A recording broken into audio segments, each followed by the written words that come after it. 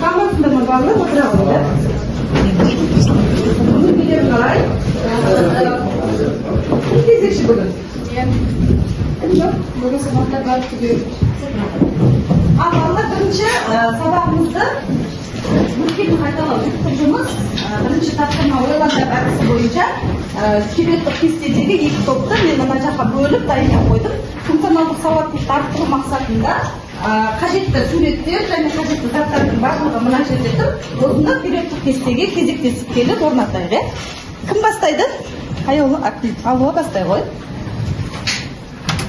Оны біз стронций элементіне қоямыз. Бұл бізде стронций элементі бізде теледидардың экраны жасалады. Жарайсың, дұрыс айтасың. Тағы да? Тағы не қойғың келді? Оны серубит элементі отшашулар жасалады, ал қалған элементтер тұрмыстық өмірде қолданылады. Жарайсың. Келесі. Бекзат. Мұхтарбек.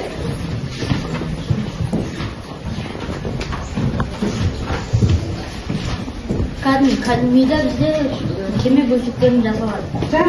Берілі медицина рентген аппаратураларында берілді пайдаланады. Себебі ол рентген сәулелерін жақсы өткізеді. Рентген сәулелерін жақсы өткізеді. Келесі тақта.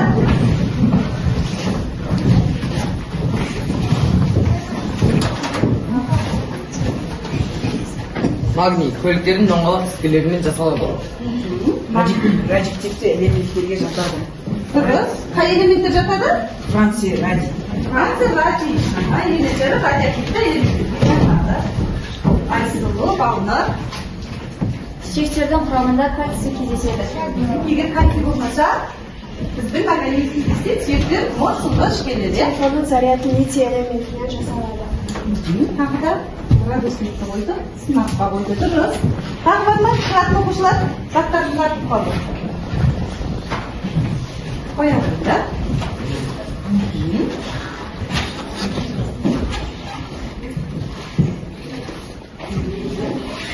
Мына біздегі тұз. Спичканы. Ұстап кетіп. Қай жақтан? Айта бер да. Айта бер. Бұл біздің металл, металл бірінші топқа жатады. Металлмен әрекеттескен күшті негізгі түрін түзумен байланысты қойылады. Бұл металлдар керосин азығында сақталады. Себебі активті металлдар белсенді металлдар. Штат бұл сіздік жер металдар, олардың барлығы S элемент топтарына жатады. Және де сыртындағы электрондар саны 2S электрон болып, және осы электрондарға қарай олардың тотығу дәрежесі +2 болып, және бұлардың барлығы металдар. Жарайсыңдар. Молодец. Бұл жарайсыңдар балалар. Бұл бізде периодтық кестеде ұялас элементтер. Бұлардың қатарына біз галогендерді, халкогендерді және инертті газдарды жатқызуымызға болады.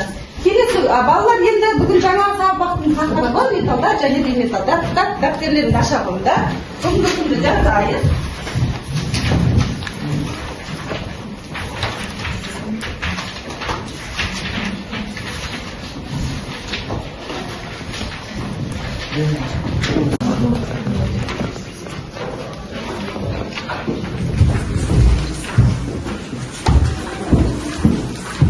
Металдар мен бейметалдар. Металдар мен бейметалдарды оқу бағдарламасына сәйкес оқу мақсаттары химиялық элементтердің периодтық кестеде орналасуына сай қасиеттерін болжау, сабақтың мақсаты, бағалау критериялары, химиялық элементтердің периодтық кестеде орналасуына сай қасиеттерін болжай алады, металдар мен бейметалдарды ажырата алады. Сабағымыздың басын мен Менделеевтің периодтық кестесі арқылы бастағым келіп отыр. Бұл жерде Менделеевтің периодтық кестесінде қанша элемент бар? 118 элемент. Енді осы біз 118 элементімізді металдар мен бейметалдарға жіктеуіміз қажет. Ол үшін бізде бордан астапқа дейін диагонал сүреміз. Сары және көк түстегі элементпен үстіңгі жағында. Бұлар бізде бейметалдарға жатады. Олардың саны 22. Ал енді жасыл және күлгін түстегі элементтеріміз біздің бұл металдарға жатқызамыз. Металдардың саны 98 элементке жетіп отыр. Келесі тапсырмамыз енуттық шешім жарық энергиясының түрленуін көрсетілген физикалық құрылғы арқылы металдар мен бейметалдардың тағы бір ерекше қасиетін осы құрылғы арқылы ары қарай жалғастырайық сабағымызды. Кім көмектеседі маған? Нұрдәулет, келе ғой. Сен артымен ұстай ғой. Мынау алюминий. Одан кейін мен мына жерге бейметалл ретінде күкірт элементін қойып қойдым.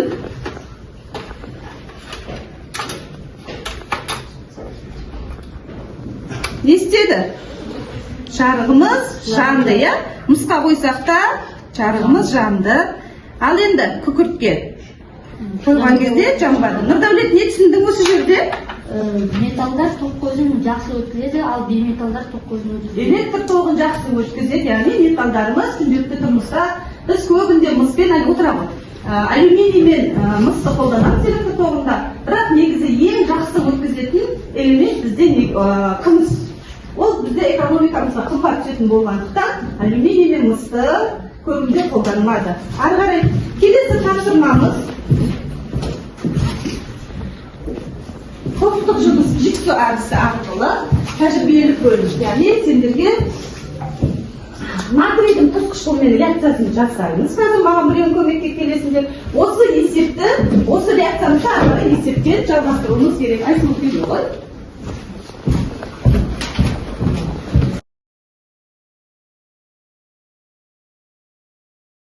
Таныстыра бер. Бізге ең алдымен тәжірибе жасамас бұрын осындай тұрғы және тұрғыға қаралған сынауық, фильтр қағаздары, өлшеуіш пипетка және де тұтқыш керек болады. Ал бізге керекті элементтер ол тұз қышқылы және де натрий. Және таразымыз бар, я Айсұлу? Өлшеу үшін таразымыз керек болады. Өлшеу үшін таразымыз қолданамыз.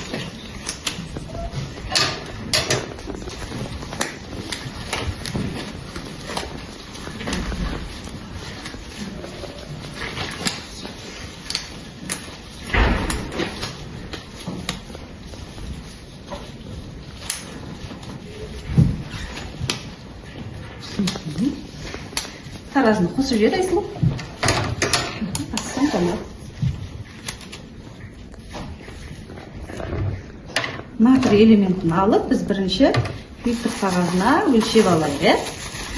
Берілгенінде Нұрболат массасы 23 грамм натрий мен 23 грамм тұз қышқылын таразыда өлшеп алды. Алынған тұз қышқылын сынауыққа құйды, үстіне натрий түйірін салды. Әрекеттескенде түзілген натрий хлоридінің массасын есептеуіміз қажет.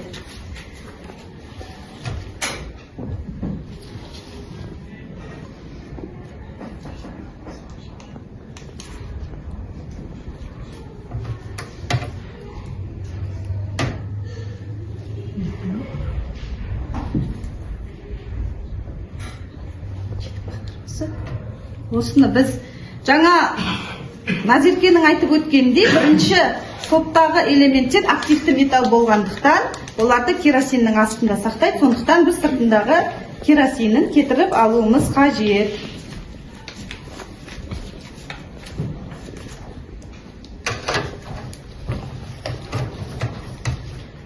Өлшеуіш пипетка арқылы қышқылды құяғып абайлап қауіпсіздік ережесін сақтауымыз керек, өйткені қышқылмен жұмыс жасап жатырмыз.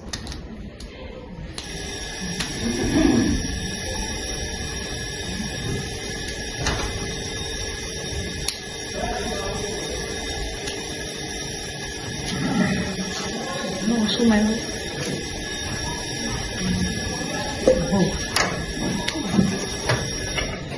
Құяғы сынауыққа қышқылдар.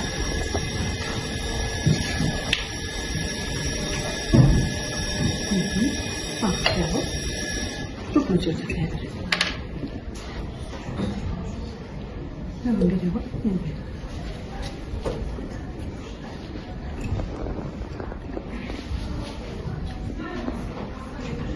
Балалар қарап отырыңдар, қазір есепті осы шарт бойынша шығарасыңдар.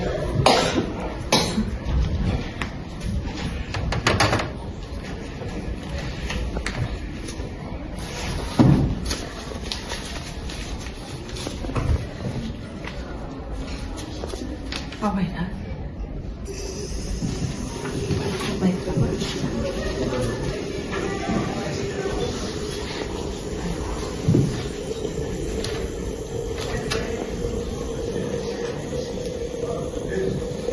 Бізде түтін болып жатқан қайын неміз бөлініп шығатын сутек газы, иә? Бізде сілтілік металымыз натрий от шаша жанады, реакцияға түседі екен. Енді сендерге тапсырма балалар. Қазір реакциямыз бітсін.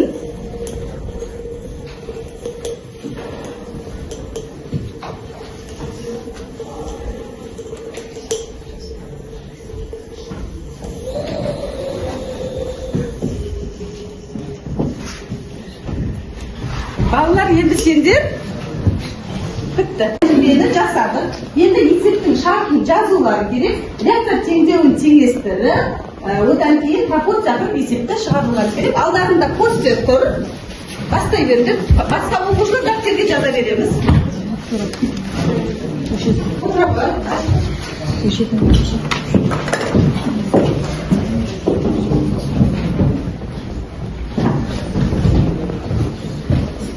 Бастай берді.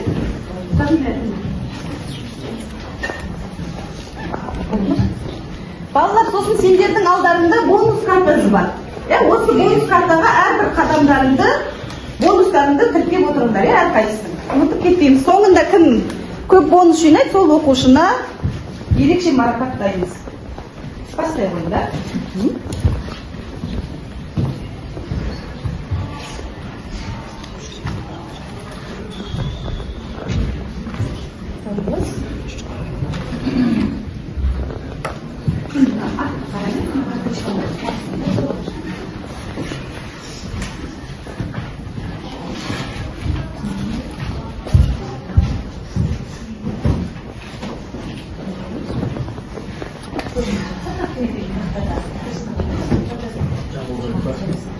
Уақыт 5 минут уақыт беріледі, құм сағатты аударып қоя қойыңдар. Уақыт болған кезде, балалар есепті біткен кезде уақыттың белгісін бересің,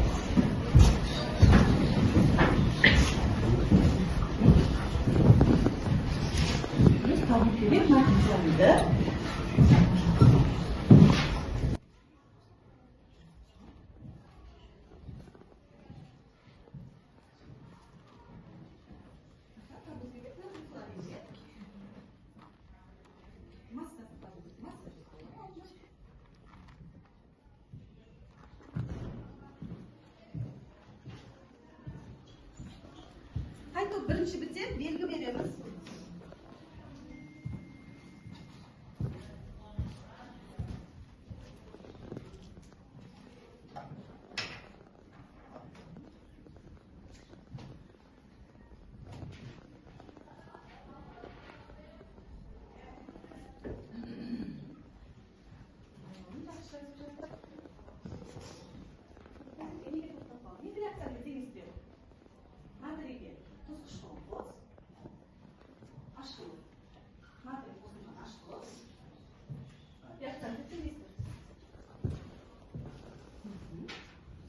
Қане, реакция теңесіп ма? Сутек газы, да? Бұл газдың белгісі.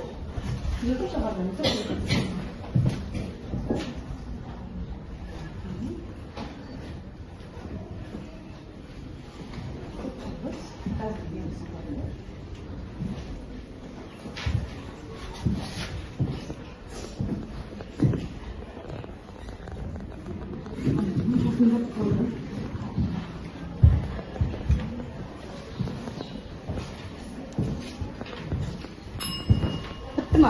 Оның бітті, кішкене нағып топты күтілді.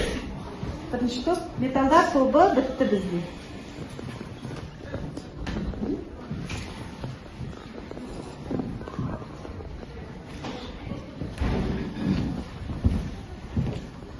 Мына топты күтейік, кішкене жазып алсын. Теңесті, сутек газы. Қалғандарын дәптерлеріне жазып отырыңдар.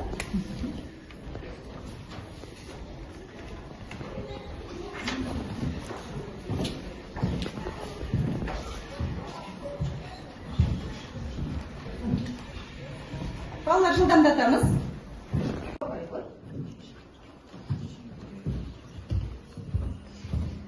Bizde natriyдің массасы 23 грамм, шқалма массасы 23 грамм. Табу керек бізде натрий хлоридінің массасы. Шешуінде біз натрийге қышқылын қосқанда натрий хлоридінің сутек қазір бөлініп шықты. Малярлық массасын табу арқылы пропорция құрып, біз жауабын таптық. Жауабы бізде натрий хлоридінің массасы 36,8 грамм шықты. Сен бұл жерде 2 грамм берілді, қайсымен жұмыс жасады? Кішімен жұмыс жасады. Сен жұмысыңды маған бер, мыналардың қатесін тексеріп шыға қойды.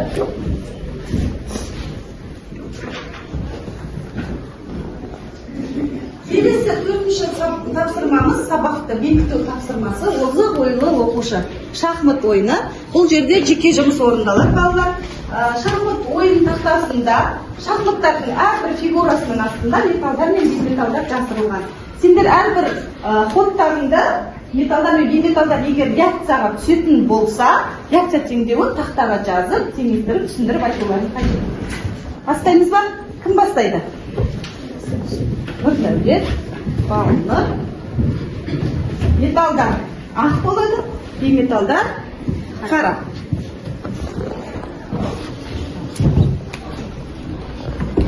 Ақ бастайды. Элементтерімді көрсетіп жіберіңдер астындағы.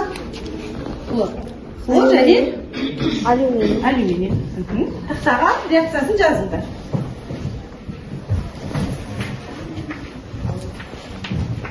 Алюминий қосылған, хлор.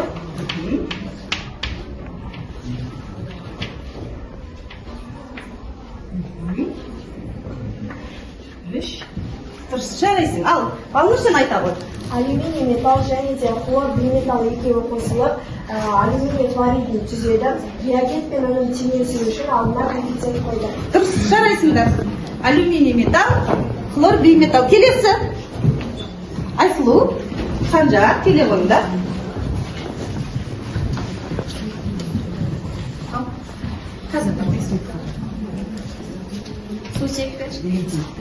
Сутек және литий. Ал, ажыратып жазайық, иә?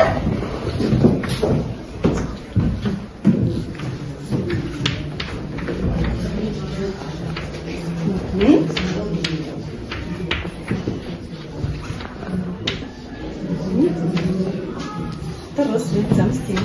Литийге сутектің қосқан кезде литий гидрейді түзілді. Литий металл ма, бейметалл ма? Металл. Ал сутек?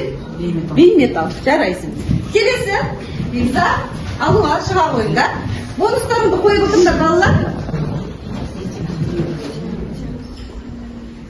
Алюминий мен оттек. Кім жазады? Алуға сен жазасың ба? Ендеше Бекзат айтады.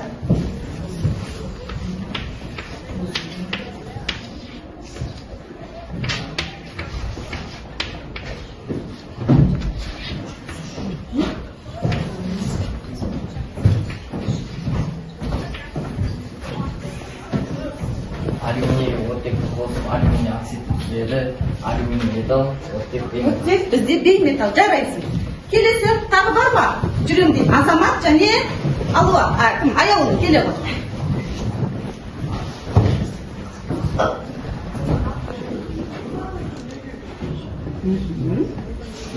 Кальций. Кальций, иод. Ал реакцияны жаза қойды.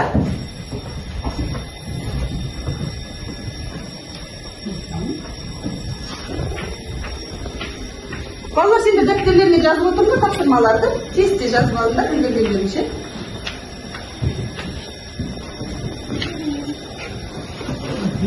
Аяулым айта ғой. Кальцийге йодқа қосқанда кальций ядиді түзіледі, кальций металл, йод бейметалл. Йод бейметалл бізде.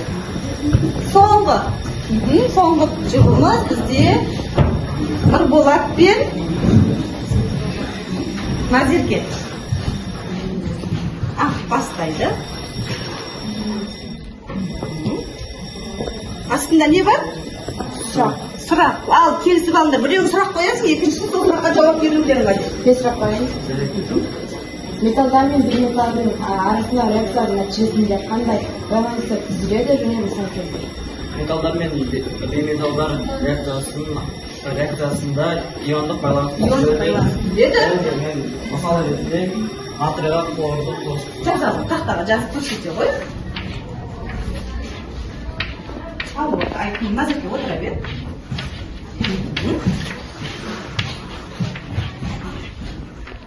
бұл жерде бізде натрий металл, хлор бейметалл болып, және де бізде күнделікті өмірде қолданатын Ас тұзының формуласы. Жарайсыңдар балалар, қалған фотоны осымен уақыттың шектеуін. Соңғы тапсырмамыз ментальдың формасы арқылы кері байланыс бере онда бүгінгі сабаққа алдарында QR код тұр, ұялы байланыс телефондарын алыңдар. Сол жерде кері байланыс бере онда. Тағы бар есіңіз қажет. Кімге жетті? Жетті ма? Мақ.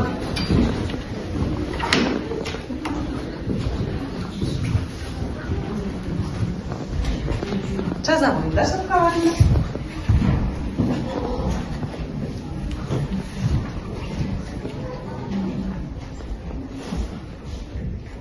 Кері байланыс мына жерде көрінуі керек.